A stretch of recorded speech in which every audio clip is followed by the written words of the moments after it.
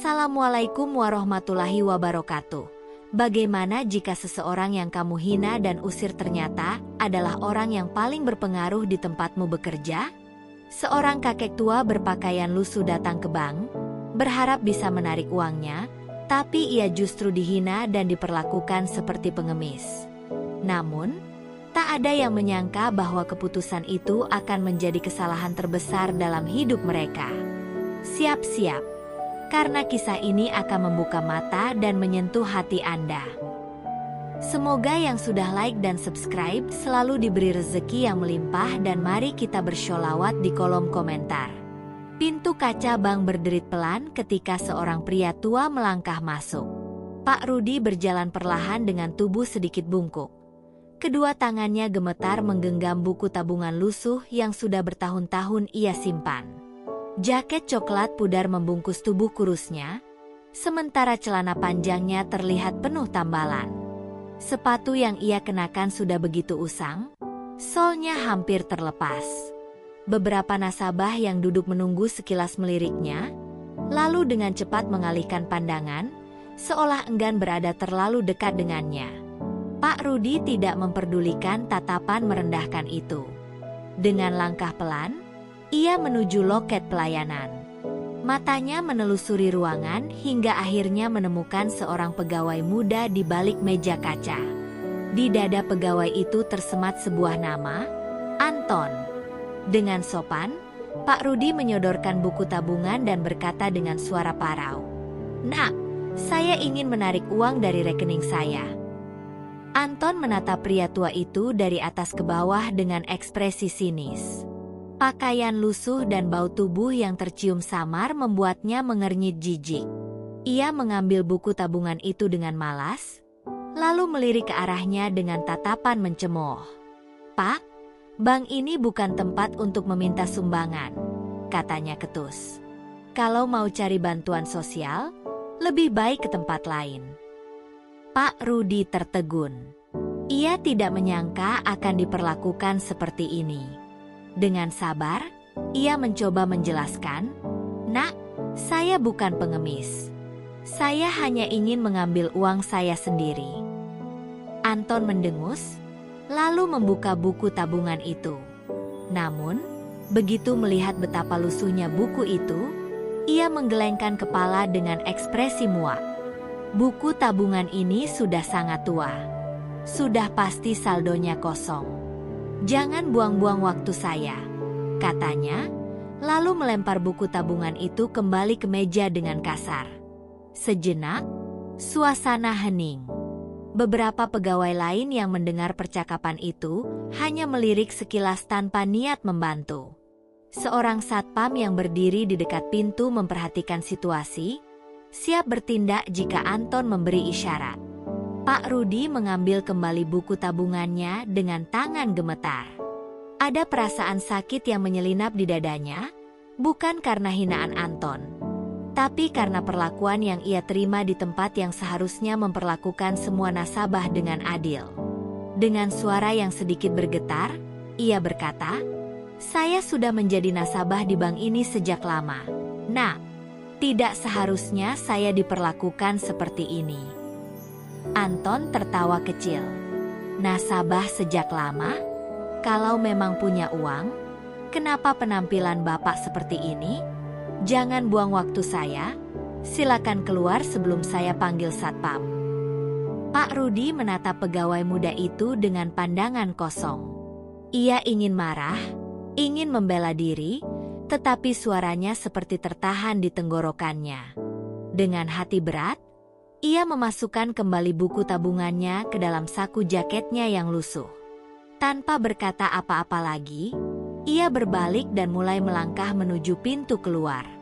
Langkahnya lambat, seolah setiap hinaan yang ia terima menambah beban di pundaknya. Saat ia hampir mencapai pintu, Anton berbisik kepada seorang rekan kerjanya, cukup keras hingga bisa terdengar oleh beberapa orang di sekitar. Orang seperti itu seharusnya tahu diri. Tidak semua tempat bisa menerima orang miskin. Terdengar tawa kecil dari beberapa pegawai lain. Pak Rudi tidak menoleh, Tapi kata-kata itu menghujam hatinya seperti belati. Ia menarik napas dalam, berusaha menahan perasaan yang bercampur antara kecewa, sedih, dan sakit hati. Saat tangannya menyentuh gagang pintu, sesuatu yang tidak disadari oleh Anton terjadi. Di lantai atas bank, seorang pria berjas rapi tengah duduk di ruang kontrol, menatap layar CCTV yang menampilkan kejadian di lantai bawah. Manajer bank, Pak Hendro, melihat semuanya. Awalnya, ia hanya memantau aktivitas rutin. Tetapi saat melihat seorang pria tua diperlakukan dengan buruk oleh salah satu pegawainya, matanya menyipit. Dengan cepat, ia memperbesar tampilan layar dan melihat dengan jelas nama yang tertera di buku tabungan Pak Rudi. Saat membaca nama itu, wajah Pak Hendro langsung memucat.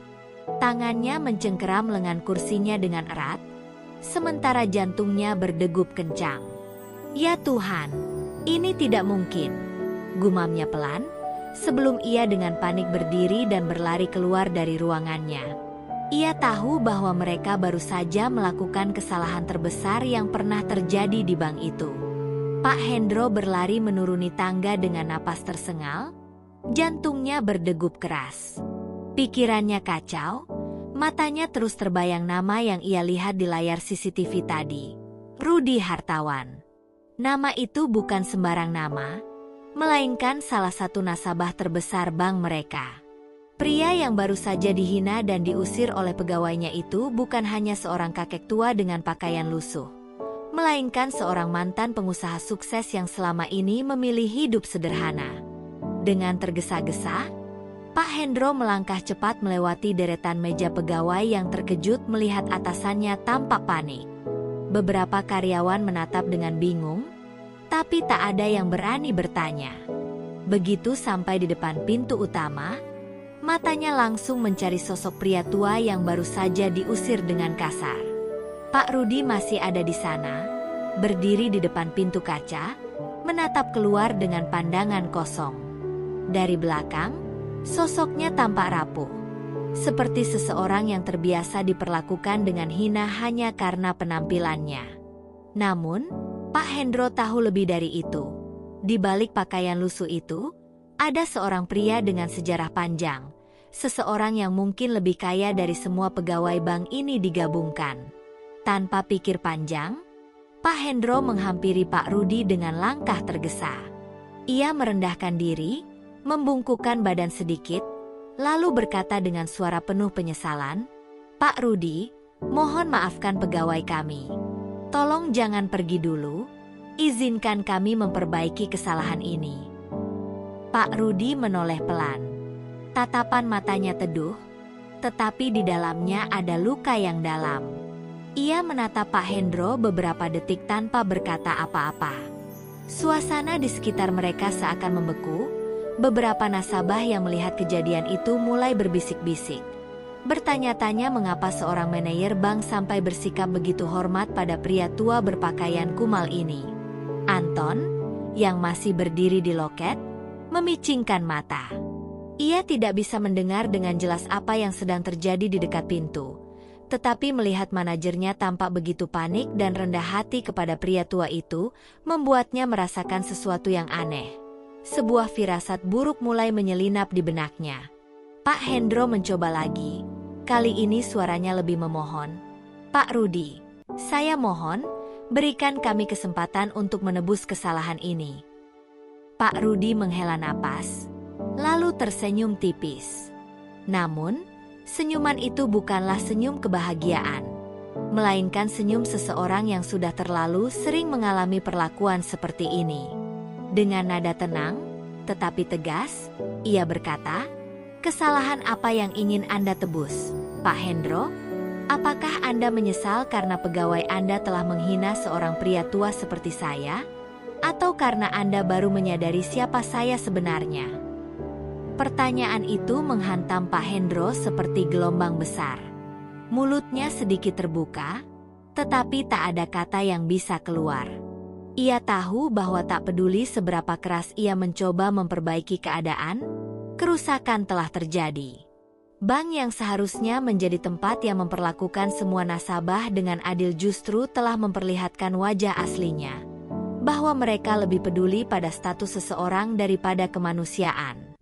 Beberapa pegawai yang mendengar percakapan itu mulai merasa gelisah. Mereka sadar bahwa situasi ini bukan sekadar kesalahpahaman biasa. Anton, yang akhirnya merasa ada yang tidak beres, mulai berjalan mendekat. Dengan nada bingung, ia bertanya, "Pak Hendro, siapa sebenarnya orang ini?" Pak Hendro menoleh ke arah Anton, tatapannya tajam seperti belati. Rahangnya mengeras, dan dengan suara dingin, ia berkata, "Orang yang baru saja kau hina dan usir dari bank ini adalah salah satu nasabah terbesar kita, Anton, Pak Rudi Hartawan. Pemilik rekening yang mungkin lebih besar dari seluruh saldo tabungan yang pernah kau lihat seumur hidupmu." Anton merasa terkejut. Matanya melebar, mulutnya terbuka, tetapi tak ada suara yang keluar. Ia menatap Pak Rudi dengan ekspresi ngeri, menyadari kebodohan dan kesalahannya yang fatal. Jantungnya berdegup lebih kencang saat pikirannya mulai memproses akibat dari perbuatannya. Pak Rudi menatapnya dengan pandangan tenang, tetapi sorot matanya menyiratkan sesuatu yang lebih dalam. Sebuah kekecewaan yang tak bisa ditebus dengan permintaan maaf. Dengan suara lembut, tetapi menusuk, ia berkata, "Nak, kau telah menunjukkan siapa dirimu sebenarnya hanya karena menilai seseorang dari penampilan luarnya. Aku mungkin tua dan berpakaian lusuh. Tapi ingat satu hal. Harga diri seseorang tidak pernah diukur dari pakaian yang ia kenakan." Anton merasa tubuhnya melemah. Ia ingin berbicara, ingin meminta maaf, tetapi suaranya tertahan di tenggorokannya. Keringat dingin mulai mengalir di pelipisnya.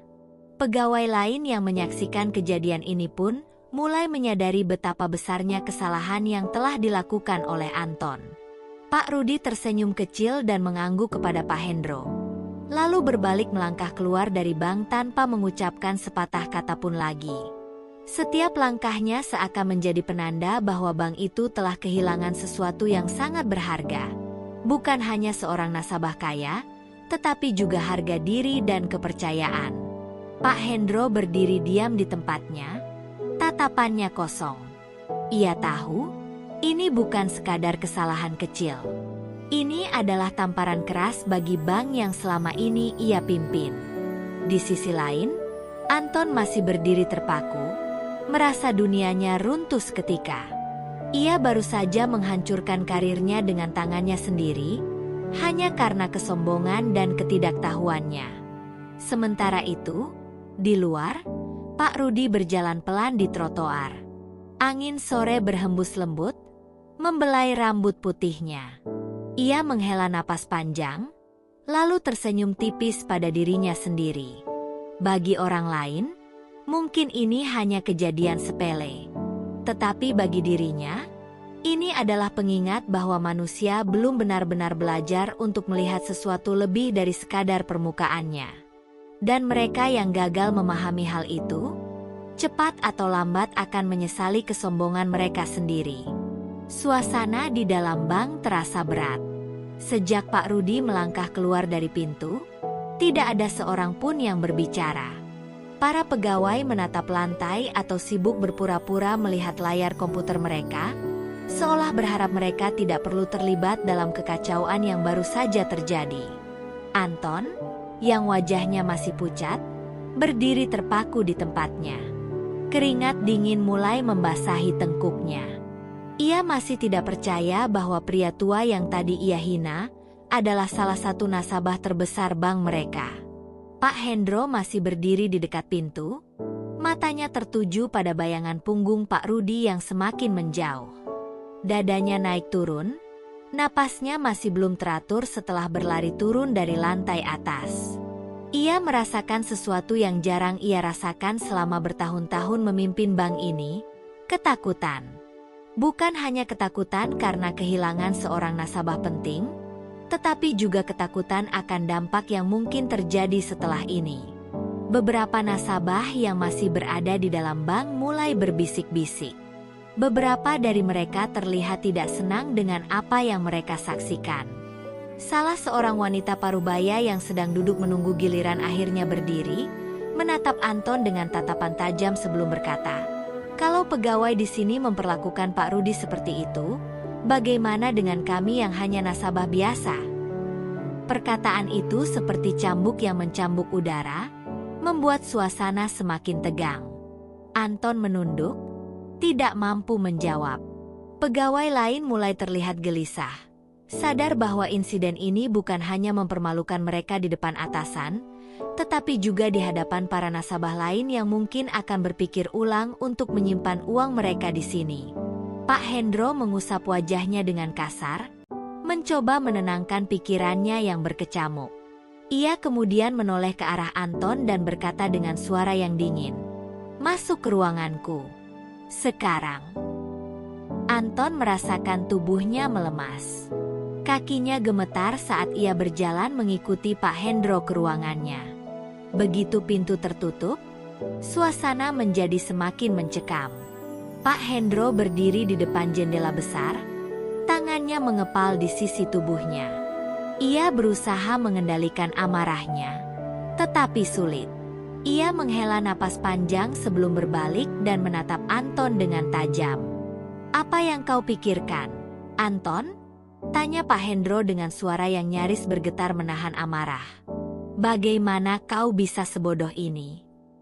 Anton menundukkan kepala, jari-jarinya saling menggenggam erat, seperti berusaha mencari pegangan. Saya tidak tahu, Pak," jawabnya lirih. Saya hanya berpikir dia bukan siapa-siapa. Saya tidak pernah menyangka." "Itu masalahnya," bentak Pak Hendro, membuat Anton terlonjak. "Kau menilai orang hanya dari penampilannya. Apa yang kau lakukan tadi tidak hanya mempermalukan dirimu sendiri, tapi juga mempermalukan seluruh bank ini." Anton menggigit bibirnya, berusaha menahan ketakutan yang semakin menyergapnya. Saya benar-benar minta maaf, Pak Hendro.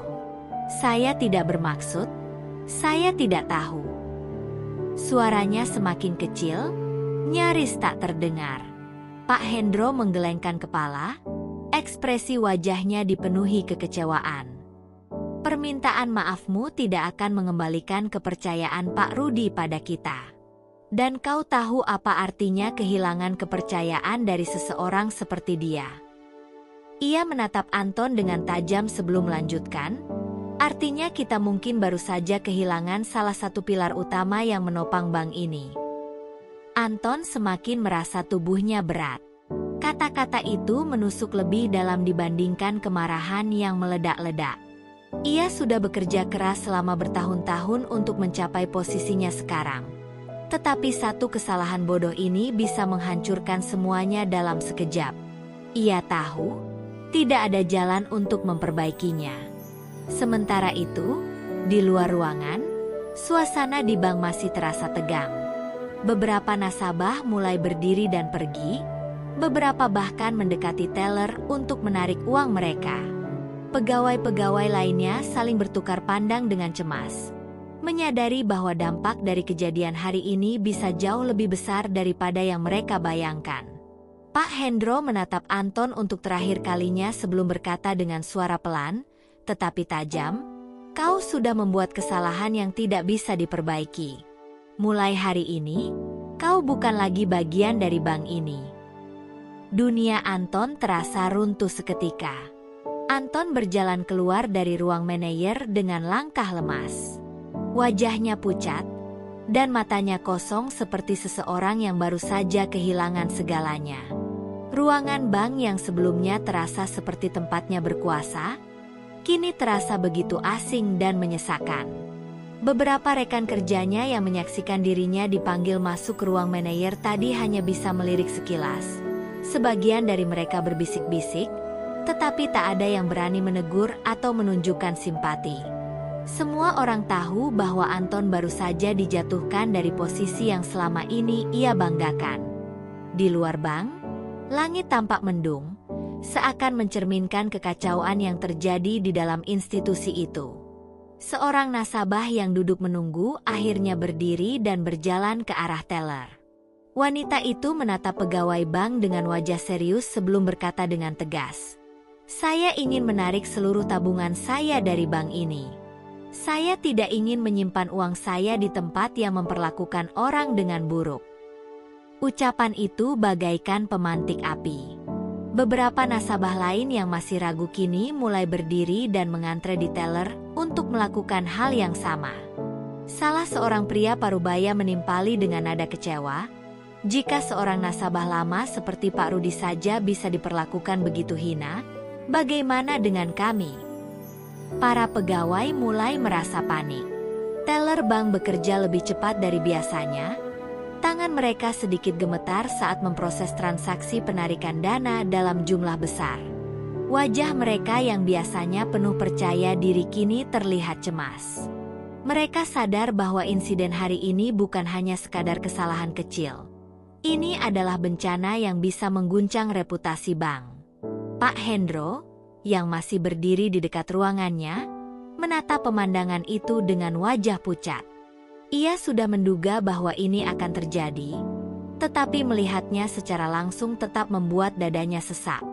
Ia tahu betul bahwa kepercayaan adalah pondasi utama sebuah bank, dan begitu kepercayaan itu hilang, maka kehancuran hanya tinggal menunggu waktu. Di luar bank, Pak Rudi berjalan dengan tenang di trotoar, melewati keramaian kota yang tak menyadari apa yang baru saja terjadi di dalam gedung megah itu. Langkahnya ringan, meskipun hatinya dipenuhi berbagai perasaan. Bukan kemarahan yang ia rasakan, bukan pula kepuasan karena melihat mereka mendapatkan konsekuensinya. Yang ia rasakan adalah kekecewaan yang dalam, bukan hanya kepada Anton, bukan hanya kepada bank itu, tetapi kepada manusia pada umumnya yang masih saja menilai seseorang dari penampilannya. Di seberang jalan, sebuah mobil mewah berhenti perlahan. Seorang pria berjas keluar dari dalamnya dan langsung menghampiri Pak Rudi dengan wajah penuh hormat. Ia menundukkan kepala sedikit sebelum berkata, "Pak Rudi, saya sudah mengurus semuanya. Seluruh dana Anda telah kami pindahkan ke rekening baru di bank kami. Kami sangat menghargai kepercayaan yang Bapak berikan." Pak Rudi mengangguk kecil. "Terima kasih," katanya dengan suara lembut. Tidak ada nada kemenangan dalam suaranya, tidak ada kebanggaan karena berhasil memberikan pelajaran kepada bank yang telah menghinanya.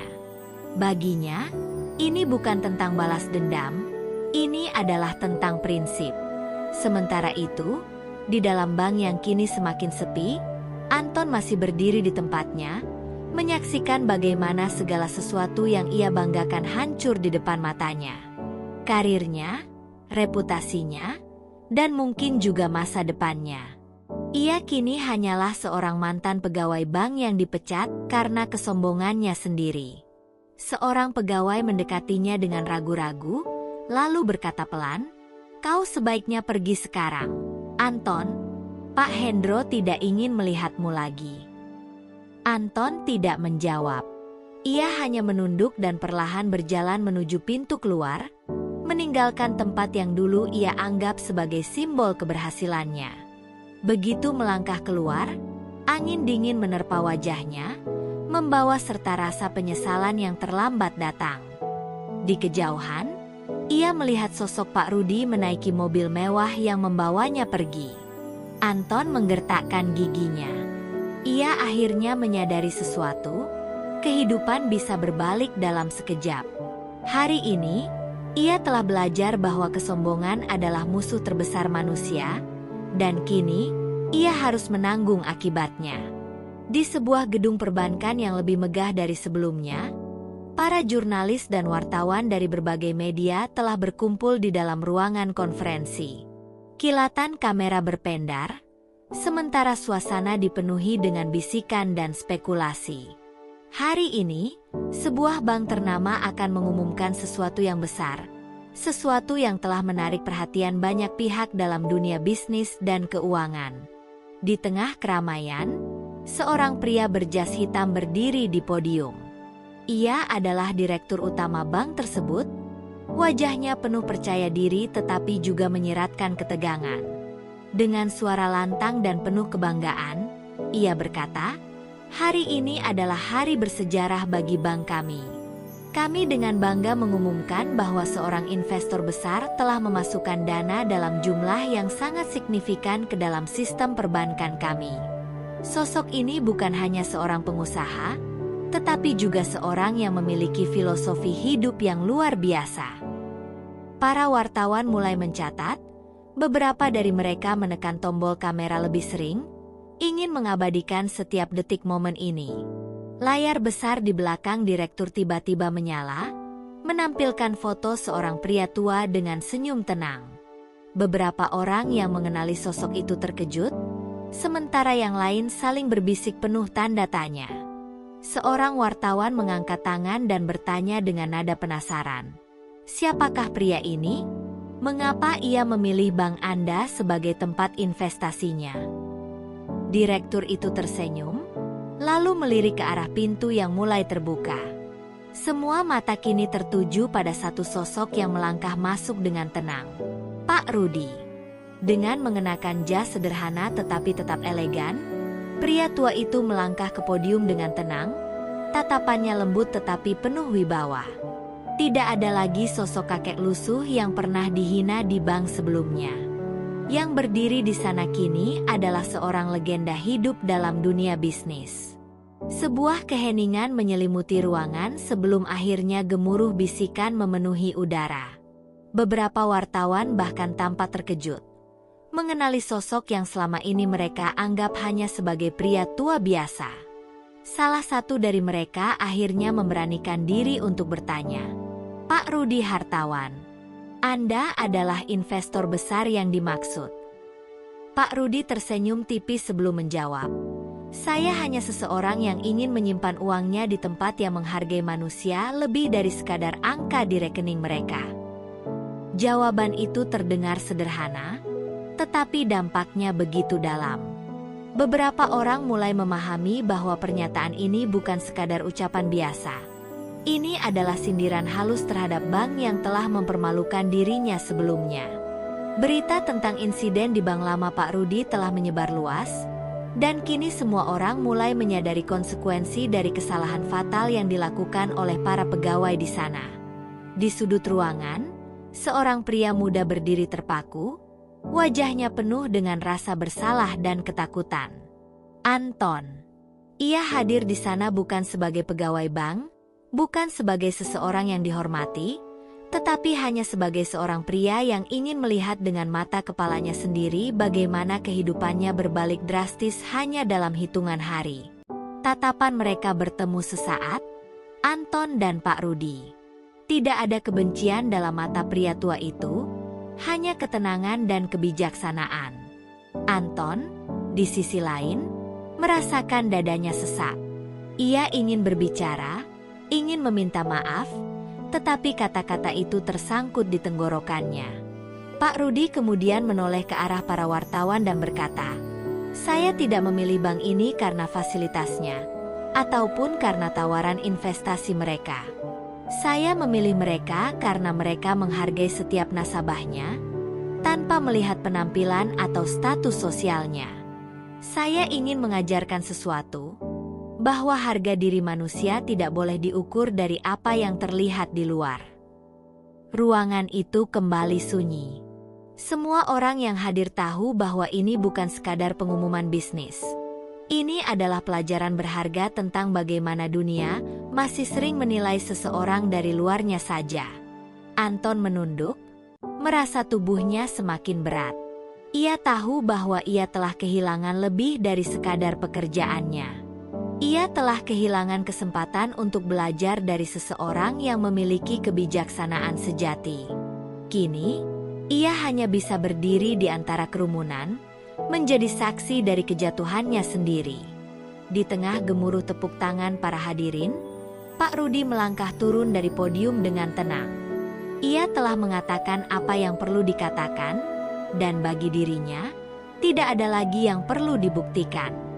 Namun, saat ia berjalan menuju pintu keluar, matanya sekilas menangkap sosok yang berdiri di sudut ruangan. Anton, mantan pegawai bank yang telah menghinanya, kini tampak jauh berbeda dari terakhir kali mereka bertemu.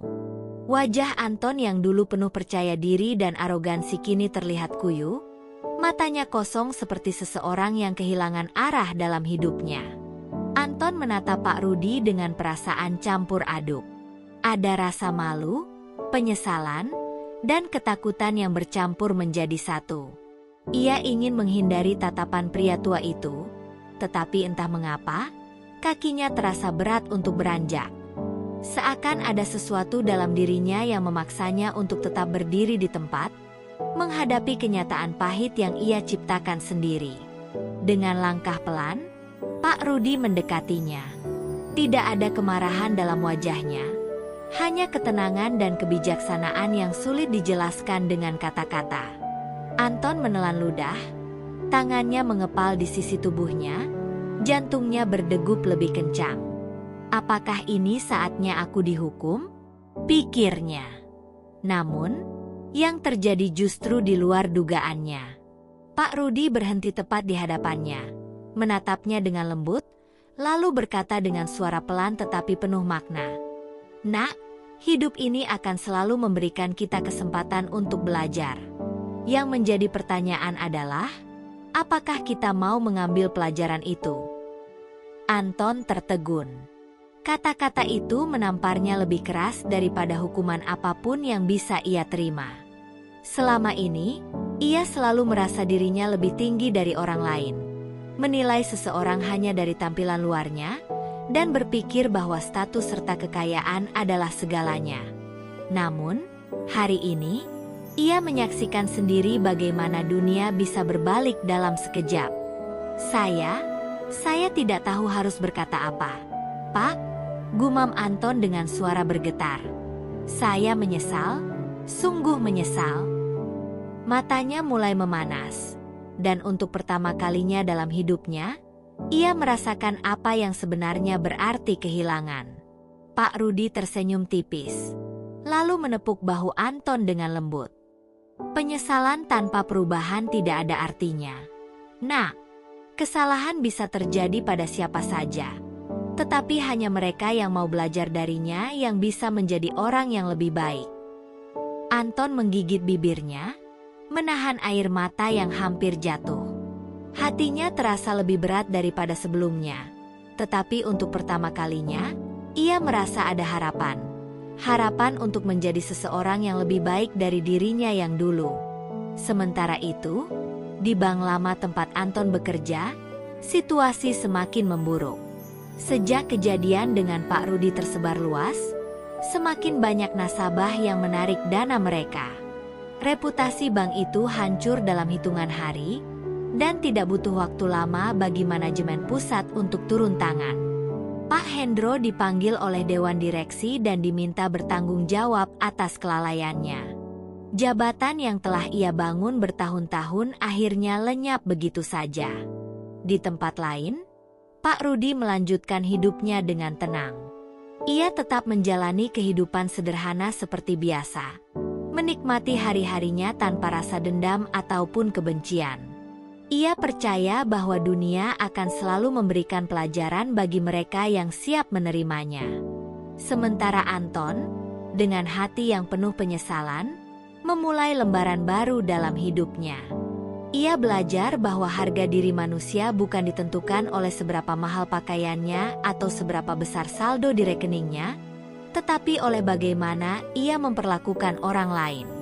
Di akhir perjalanan ini, satu hal menjadi jelas. Hidup selalu punya cara untuk mengajarkan kita tentang makna sebenarnya dari nilai seorang manusia. Dan bagi mereka yang masih menilai segalanya dari penampilan, cepat atau lambat, kehidupan akan memberikan pelajaran yang tak terlupakan.